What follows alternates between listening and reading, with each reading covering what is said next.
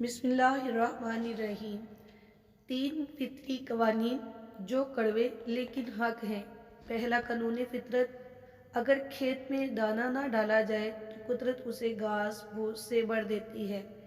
اسی طرح اگر دماغ کو اچھی فکروں سے نہ بھرا جائے تو کج فکری اسے اپنا مسکن بنا لیتی ہے، یعنی اس میں صرف الٹے سیدھے خیالات آتے ہیں اور وہ شیطان کا گھر بن جاتا ہے۔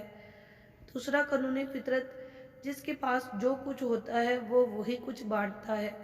خوش مزاج انسان خوشیاں بانٹتا ہے، غم زدہ انسان غم بانٹتا ہے، عالم علم بانٹتا ہے، دیندار انسان دین بانٹتا ہے، خوف زدہ انسان خوف بانٹتا ہے۔